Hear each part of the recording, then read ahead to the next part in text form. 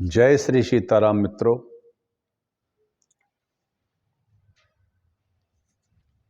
भगवत कथा के रसिक प्रेमी बंधुओं, भगवत प्रेमी माताओं, दयालु सनातन भाइयों एवं संपूर्ण देशवासियों, भगवान शिव की कथा कह रहा हूँ। शिव महापुराण। ये कथा मैं टीकमगढ़ मध्य प्रदेश से कहता हूँ। मैं डॉक्टर राजेंद्र मिश्रा, रिटायर्ड चिकित्सा अधिकारी हूँ। निरंतर 2.5 वर्ष से ज़्यादा कथा कहते हो गया है, रोज कहता हूँ। ये मेरा 5वां पुराण है, शिव महापुराण जिसको कह रहा हूँ। आइए हम सब मानसिक तौर पर नैमिषारण्य तीर्थ चलकर भगवान शिव की कथा रूपी गंगा में हम डुबकी लगाएं। क्यों? इसके लिए हम रामचरितमानस की ओर चलते हैं। भगवान राम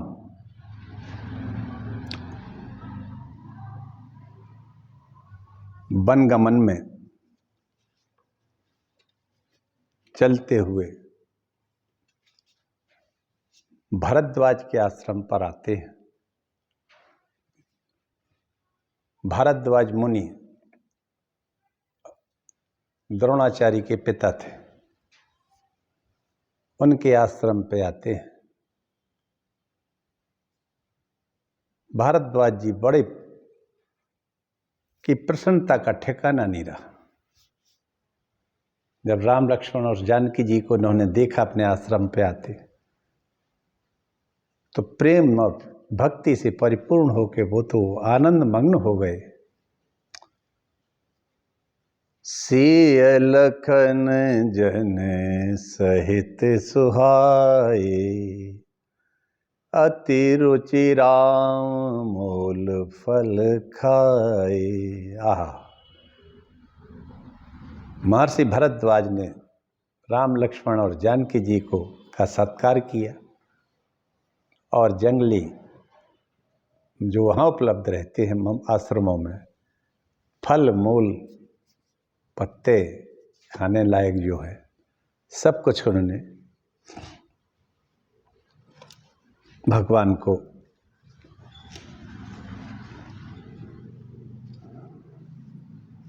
खिलाया। उससे उनकी थकावट भी दूर हो गई। तब भरद्वाज जी कोमल वचन कहते हैं। क्या बात है भरद्वाज जी की। एक कथा वास्तव में तो कह रहे हैं शिव जी पार्वती जी से। रचि महेश मन मानस राखा, पाई सुसमय सेवासन भाखा। रामायण की रचना तो भगवान शिव ने की है और शिव ने पहले इसको पार्वती जी को ही सुनाया। तो इसमें पार्वती जी का और शिव जी का ही पूरा संवाद है। उसी के बीच में आते हैं याज्ञवल्क्य, भरद्वाज, वाल्मीकि, काकभुसुंडी, इनके बीच में कथा चलती रहती है मित्रों। तो भरद्वाज जी कहते हैं, आज सुफल तप तीरथ त्यागो, आज सुफल जप जोग विरागो, सफल सकल शुभ साधन साजू, राम तुम्हि अवलोकत आजू। कितने प्रसन्न है, आज सब कुछ सफल हो गया, तप तीरथ सब कुछ हो गया। भगवान आप दिखाई, आपके दर्शन हो गए। सब योग जोग जो कुछ भी होते हैं, किए जाते हैं धर्म के लिए, सब सफल हो गए आपके दर्शन से। लाभ की सीमा, सुख की सीमा प्रभु के दर्शन को छोड़कर कुछ भी नहीं होती है मित्रों।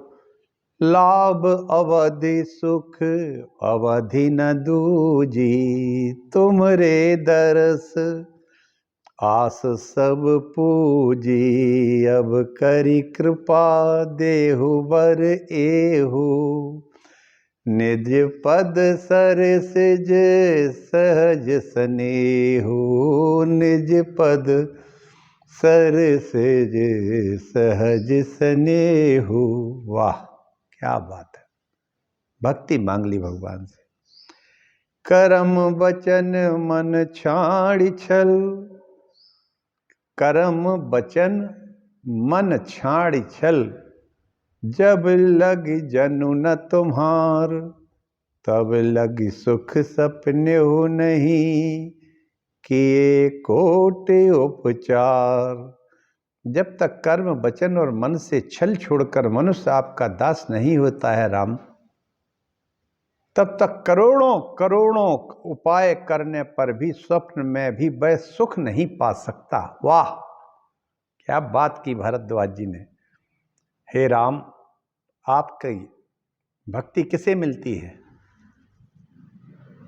कैसे? जो कर्म वचन मन छाड़ छल, कर्म से मन से वचन से छल को त्याग दे। वाह, आज कहाँ है? कितने लोग हैं जो मन से कर्म से वचन से छल को त्याग दें? आज मित्रों, इसीलिए सभी लोगों के अंदर एक दैत्य भाव, राक्षसी भाव पैदा हो गया है। इसमें किसी जाति धर्म विशेष का अर्थ ही नहीं है, क्योंकि मन वचन कर्म से कोई भी छल नहीं छोड़ता। भाई का भाई से छल है, माता पिता का बच्चों से छल है, बच्चों का माता पिता से छल है, कर्मचारियों का एक जन हित के लिए जो काम करते हैं ये उनके साथ छल करते हैं। और छल तो यहां डग डग पर है। अधिक कहने से क्या लाभ, निश्छल हो जन सो मोहि पावा, मोह कपट छल छिद्र न भावा। राम जी ने खुद ही कह दिया है सुंदरकांड में। यहां भरद्वाज जी कहते हैं, करम बचन मन छाड़ छल, जब लगु जनु न तुम्हार, तब लग स्वर्ग सुख सपन्यो नहीं, किए कोटि उपचार। करोड़ों उपाय करो, कुछ नहीं होता है, बचते रहो। सुनि मुनि बचन राम सकुचाने, भाव भगति आनंद अघाने, तब रघुवर मुनि सुजस सुहावा, कोटि भांति कही सब ही सुनावा।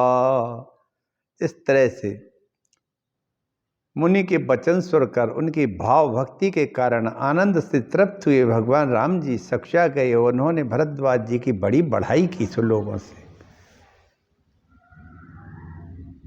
रघुनाथ जी आगे कहते हैं, राम कीन विश्राम निष्प्रातः प्रयाग नहाई, और चले सहित से लखन जन मुदित मुनि सिरुनाई। रघुनाथ जी दूसरे दिन प्रातः उठ के प्रयागराज में स्नान करते। वाह। और उसके बाद चलते हैं, राम सप्रेम कहो मुनि पाही, नाथ कहे हम के ही मग जाही। राम जी कहते हैं, हे मुनि भरद्वाज जी, आप हमें ये तो बताओ, रास्ता बता दो कि हम किस रास्ते से अब आगे बढ़े, आगे जाएं। ये बड़ी महत्वपूर्ण चौपाई है, गोसाई जी लिखते हैं। मित्रों, ये है जीव जगत। इस जगत में प्रत्येक जीव आया है। मुनि ने क्या कहा, मुनि मन बेहसी राम सन कहीं, सुगम सकल मग तुम कहु अहि। राम ने प्रेम से, राम जी ने मुनि से कहा, नाथ बताइए हम किस मार्ग से जाएं। तो मुनि हंस के बोले, हे राम जी, आपके लिए सभी मार्ग सुगम है। सुगम सकल मग तुम कहु अहि। आहा, राम जी भरद्वाज जी से पूछते कि मैं किस मार्ग से जाऊं, और भरद्वाज जी कहते हैं राम जी से, मुनि मन बेहसी राम सन कहीं। अरे राम जी, भगवान तुम्हारी कौन सा ऐसा मार्ग जो सुलभ ना हो? सभी मार्ग सुगम है, आप किसी भी मार्ग से जा सकते हैं। फिर राम जी के साथ एक 4 ब्रह्मचारियों को भेजा। मुनि बटुचार संग तब दीने, जिन बहु जन्म सुकृत सब कीने। करिप नाम ऋषि आयुष पाई, प्रमुदित हृदय चले रघुराई। मित्रों, ये जीव जगत है, यहां भटक रहे हैं, हम सब भटक रहे हैं। और भटकते हुए ही हम करोड़ों जन्म जन्मांतरों से इस जगत में ये जीव आज भी भटक रहा है। रघुनाथ जी की कृपा हो जाए, आनंद आ जाए। इसी आनंद को देने के लिए आइए हम शिव पुराण में भगवान शंकर की कथा सुनते हैं, जो शिव जी पार्वती जी से रामायण कही है, उन्हीं भगवान भोलेनाथ की करते हैं, ताकि हमें इस जीव जगत से यदि भगवान की कृपा हुई तो छुटकारा मिल जाए। तुलसीदास अनायास राम पद पाए, यही प्रेम प्रसाऊ। तुलसीदास जी कहते हैं कि अनायास ही लाग लग जाए। लॉटरी लग जाती कई लोगों की, लॉटरी लग जाती है कई लोगों की, बड़ी बड़ी लॉटरी लग जाती है। ऐसी अपनी भी लॉटरी लग जाए, क्या ठिकाना। अनायास। चलिए हम सब एक छोटा सा मंगलाचरण करके आगे की कथा कहते हैं शिव पुराण की। ये कथा भरद्वाज मुनि का और राम जी का संवाद मैंने बहुत शॉर्ट में छोटा सा कहा, केवल इसीलिए क्यों कि राम जी ने कहा कि हम कहाँ से जाएं, और मुनि ने बड़े सहज में उत्तर दिया कि भगवान आपको सभी मार्ग सुगम हैं, सब सरल है, आप तो किसी भी मार्ग से जा सकते हैं।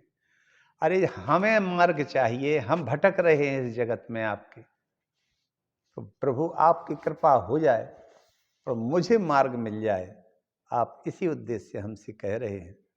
भगवान आपके लिए तो सभी मार्ग सुगम है, सुलभ है। आप हमारे यहाँ आ गए, हमें जरूर मार्ग मिल गया। इसी तरह हमारे देशवासियों को एक अच्छा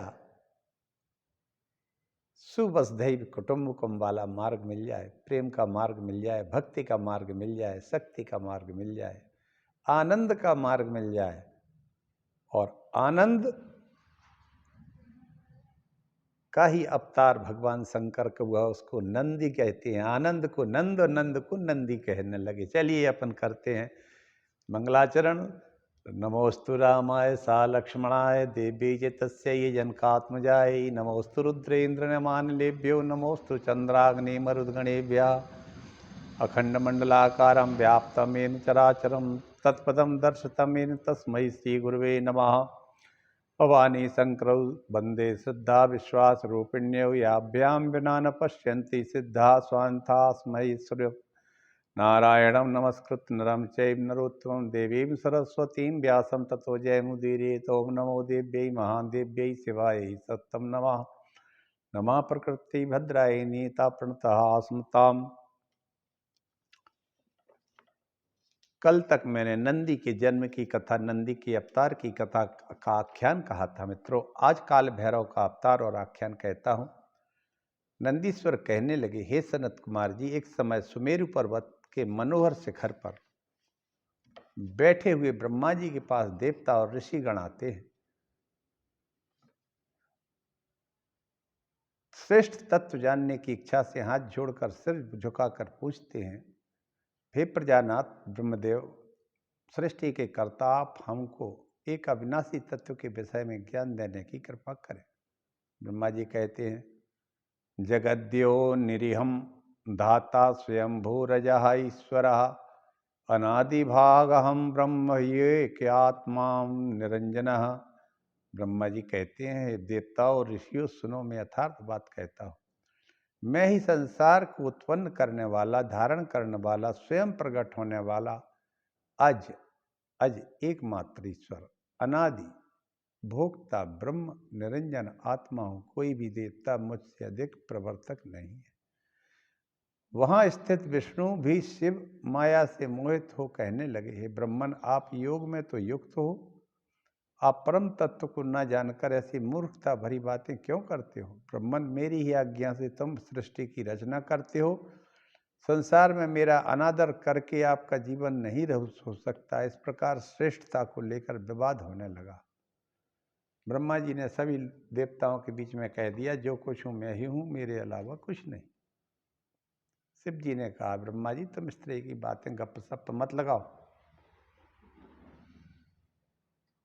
ब्रह्मा और विष्णु ने फिर वेदों से अविनाशी तत्व के विषय में पूछा। चारों वेदों ने शिव जी का स्मरण करके कहा। ऋग्वेद ने कहा, ऋग्वेद इस सभी साकार हो उठे, पुरुष रूप में देवताओं के रूप में खड़े हो गए। और कहा ऋग्वेद ने, यदन्तः स्थानि भूतानि यतः सर्वं प्रवर्तते यदाहं परमं तत्त्वं स रुद्रस्त्वेक एव ही। जिसके भीतर ये संपूर्ण भूत हैं, जिससे सब कुछ प्रवृत्त होता है, जिसको परम तत्व कहते हैं, वह एकमात्र भगवान शिव हैं, रुद्र है। यजुर्वेद ने कहा, यो यज्ञैरखिलम् ऋषो योगेन न समिज्यते येन प्रमाणम खलु खलु नः स एका सर्वदृक् शिवः। जो ईश्वर संपूर्ण यज्ञों योग से यजन किया जाता है, जिसके द्वारा हमारा प्रमाण होता है, वो सबके दाता एक भगवान शंकर ही है, शिव ही है। सामवेद बोले, एनेदं ब्रह्म्यते विश्वं योगिर्भिर्यो विचिन्त्यते यद्भासां भासते विश्वं स एकस्त्र्यंबकं परः। जिसके द्वारा सभी संसारी जीव भ्रमते हैं, योगी जन जिन्हें ढूंढते हैं, जिसकी कांति से सारा जगत प्रकाशित हो रहा है, वही एक त्र्यंबकम शिव भगवान शंकर है। अथर्ववेद बोले, यम प्रपश्यन्ति देवेशं भक्त्यनुग्रहिणां जनः तमाहुरेकं कैवल्यम शंकरम दुःखतः परम। जिस ईश्वर का भक्त जन भक्ति के द्वारा साक्षात्कार करते हैं, वाह, वही एक कैवल्य दुखों से परे शिव हैं। वेदों की वाणी सुनकर ब्रह्मा विष्णु कहने लगे, वेदों, आज तुमको क्या हो गया है? क्या विचार शक्ति नष्ट हो गई है? ये प्रमथनाथ शिव निरंतर शिवा में रमण करते हुए नग्न रहते हैं, पीत वर्ण हैं, धूल से लिप्त रहते हैं, कुरूप इनका वेश है, जटाधारी हैं, बैल की सवारी करते हैं, सर्पों का आभूषण है। निस्संग शिवजी पर ब्रह्म कैसे हो सकते हैं? हम दोनों के वचन सुनकर अमूर्त सभी स्थानों में स्थित मूर्तिमान होकर ओंकार प्रीति पूर्वक बोला। अब ओंकार का नंबर आ गया। जब ब्रह्मा और विष्णु ने वेदों से कहा कि तुम लोग शिव को परम तत्व परम ब्रह्म मानते हो, जो नंगे हैं, हमेशा रमण करते हैं, भभूति लपेटे हैं, अंग पर धूल रहती है, नाग उनके आभूषण हैं, ये कैसे हो सकते हैं? तब ओंकार की आवाज आती है। ओंकार कहले, नहीं सो भगवान शक्त्या ह्यात्मनो व्यतिरिक्तया कदाचिद्रमते रुद्रो लीला रूप धरोहरः। ओंकार कहने लगे, वाह, ओंकार का सगुण स्वरूप आ गया। ओंकार वैसे निर्गुण रूप है, ब्रह्म का निर्गुण रूप ओंकार होता है। इसमें तीनों देव आ जाते हैं, अकार उकार मकार तो आ ही जाता है, अर्धचंद्र आ जाता है, जिसका उच्चारण मित्रों नहीं होता है। लीला रूपधारी शिव अपनी शक्ति के बिना रमण नहीं कर सकते। परमेश्वर शिव स्वयं सनातन ज्योति है, उनकी आनंद रूप शक्ति आगंतुक की नहीं, नित्य है। ओंकार ने क्या कहा? लीला रूपधारी शिव अपनी शक्ति के बिना रमण नहीं कर सकते। ओंकार ने कहा, लीला रूपधारी शिव अपनी शक्ति के बगैर कोई भी किसी तरह का कार्य नहीं कर सकते हैं। इसका अर्थ है, वास्तव में तो यह परमेश्वर शिव सनातन ज्योति का स्वरूप है। उनकी आनंद रूप शक्ति आगंतुकी नहीं, नित्य है। नंदीश्वर कहने लगे। ओंकार के ऐसा कहने पर शिव माया से मोहित ब्रह्मा विष्णु का अज्ञान नष्ट नहीं हुआ, फिर भी नहीं हुआ। उसी समय दोनों के बीच में एक विशाल ज्योति प्रकट हुई जो आकाश तक प्रकाश फैला रही थी। उस ज्योति के मध्य एक अद्भुत पुरुष ब्रह्मा और विष्णु ने देखा। तब क्रोध से ब्रह्मा का 5वां सिर जलने लगा। जब तक दोनों उस पुरुष के विषय में विचार करें कि यह कौन है, उसी समय उन्हें नील लोहित शिव जी दिखाई दिए। ऐसा जब विवाद चल रहा था, उसी समय ब्रह्मा विष्णु के बीच में एक महान ज्योतिर्लिंग प्रकट होता है और उसके तेज से ब्रह्मा जी का सिर जलने लगा एक। लेकिन तभी उसी के बीच में एक आकृति दिखाई देती है जो भगवान शिव की थी।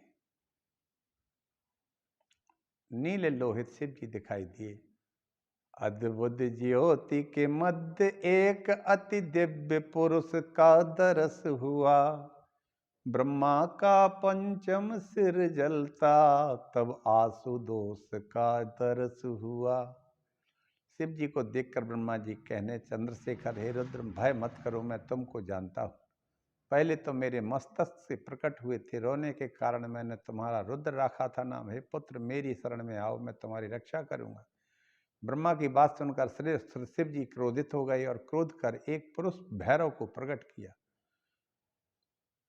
शिव जी एकाएक क्रोधित हो गए। ब्रह्मा जी ने कहा, तुम मेरे पुत्र यहाँ आओ, मैं तुम्हारी रक्षा करूंगा। तब शिव जी को क्रोध आ जाता है। उनसे एक बड़ा भारी व्यक्ति प्रकट होता है, उसका नाम काल भैरव था।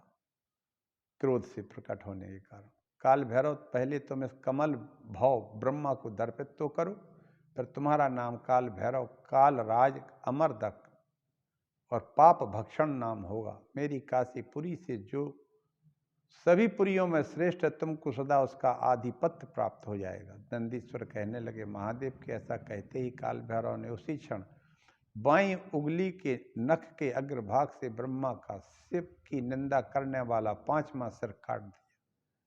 ब्रह्मा के सिर को कटा देखकर विष्णु अहंकार शून्य होकर के शतरुद्री के मंत्रों से शिव जी की स्तुति करने लगे। ब्रह्मा जी अहंकार शून्य होकर शतरुद्री मंत्र जपने लगे। ब्रह्मा विष्णु दोनों को अहंकार शून्य देखकर शिव जी ने दोनों को अभयदान दे दिया। शिव जी काल भैरव से बोले, तुम ब्रह्मा के कपाल को धारण करके कपाल व्रत धारण करो। फिर ब्रह्म हत्या नामक कन्या जो उत्पन्न हो गई थी, बोले, जब तक यह कन्या वाराणसी पहुंचे तब तक तुम इसके आगे ही चलते रहो, वाराणसी में जाकर यह मुक्त हो जाएगी। ऐसा कहकर शिव जी अंतर ध्यान हो गए।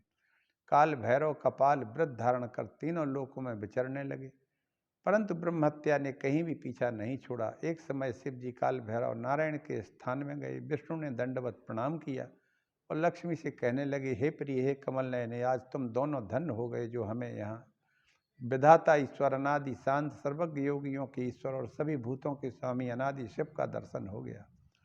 भगवान विष्णु कहते हैं, अहो विचित्रम देवस चेष्टितम परमेष्ठिनम यस्याख्यात बुव्रतो नित्य न देह सो अपि देह भ्रत। अहो, उन देव की विचित्र चेष्टा है जिनके चरित्र वर्णन करने वाले इस मनुष्य को पुनः शरीर धारण नहीं करना पड़ता है। विष्णु कहते हैं, हे जगतपते, हे शक्तिपते, हे शक्तिपते, आहा, आप त्रिलोक के नाथ हैं, किस कारण भिक्षा मांगते फिरते हो। काल भैरव कहने लगे, ब्रह्मा जी का जो सिर काटा था उसी पाप को दूर करने के लिए इस व्रत का अनुष्ठान करता हूँ। विष्णु कहते हैं, भैरव जी, आप जैसी क्रिया करें सो करें, पर मुझे अपनी माया से मोहित मत करो। आपको ब्रह्महत्या कैसे लगेगी? आप तो स्वतंत्र हैं, मैं पराधीन हूँ। आपके कंठ में ब्रह्मा की अस्थि की माला है। वाह, फिर आपके पीछे हत्या कैसे लगी? आपका तो नाम लेने से ही संसार के पापी जीव मुक्त हो जाते हैं। आपके दर्शन से मेरा मंगल हो जाता है। आप मंगल भवन हो, मंगल भवन अमंगलहारी, उमा सहित जय जपत पुरारी, शंकरु जगत बंद जगदीसा, सुर नर मुनि नावत सब सीसा। तदनंतर विष्णु के भाव को समझकर के लक्ष्मी जी ने मनोरथी नाम भिक्षा उनके पात्र में डाल दी। भिक्षा लेकर भैरव रूपी प्रसन्न शिव अन्यत्र चले गए। फिर विष्णु ब्रह्मत्या से बोले, तुम भैरव को छोड़ दे। ब्रह्मत्या बोली, मैं इसी बहाने उनका सानिध्य पा रही हूँ। वाह, मैं उनके पीछे थोड़ी लगी हूँ, मैं तो उनके सानिध्य पा रही हूँ। विष्णु के इन वचनों को सुनकर भैरव प्रसन्न होकर कहने लगे, मैं आपके वचनों से संतुष्ट हूँ, आप वरदान मांग लो। विष्णु कहने लगे, आपका तो दर्शन ही अमोघ है। हे देव, आप मुझे वरदान दो कि मेरा मन कभी आपके चरणों से विलग ना हो। भैरव बोले, तथास्तु, और कहा, आप सभी देवताओं को भी वर देने वाले होंगे। विष्णु से वार्तालाप करके भैरव जी अभी मुक्त क्षेत्र काशी में चले गए। वाह, काशी के कोतवाल कहे जाते हैं, अधिपति उन्हीं को बनाया गया। काशी में पहुंचते ही ब्रह्महत्या पाताल को चली गई।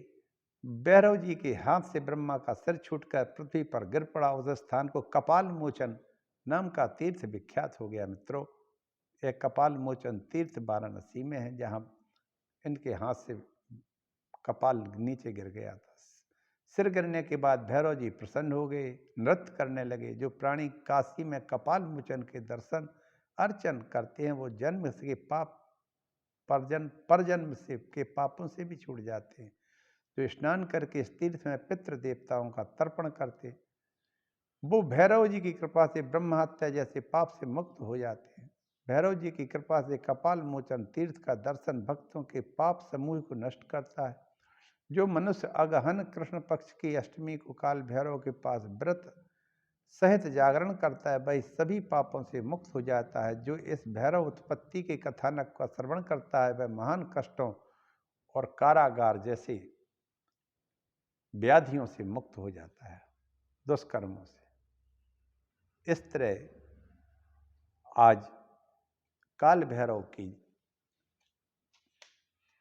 प्रकट होने का या जन्म का आख्यान मैंने आप सबसे कहा, और आप सबको अच्छा लगा होगा। कब काल भैरव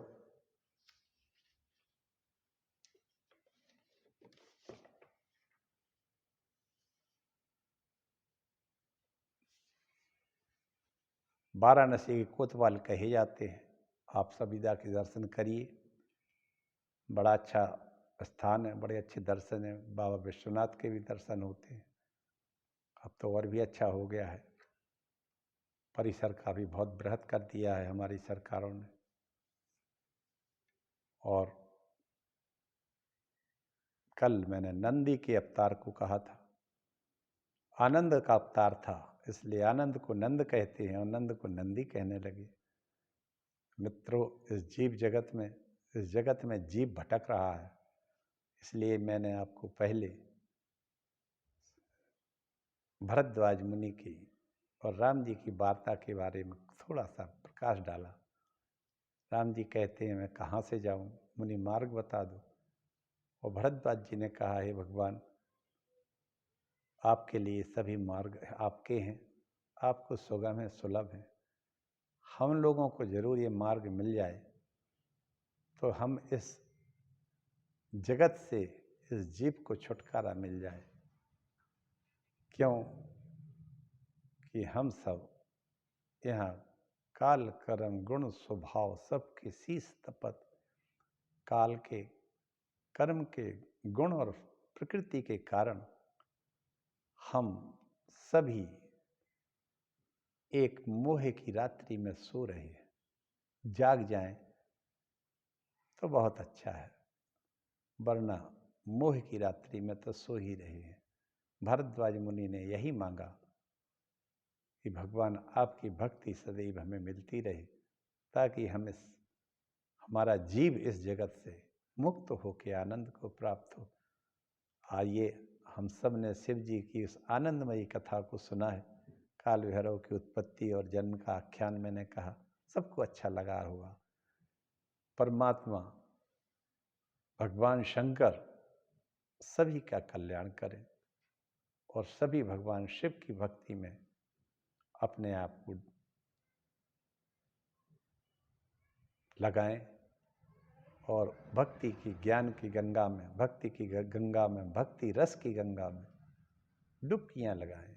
भगवान भोलेनाथ का ध्यान करते हुए भगवान शिव के चरणों में मेरा प्रणाम, सभी को मेरा प्रणाम।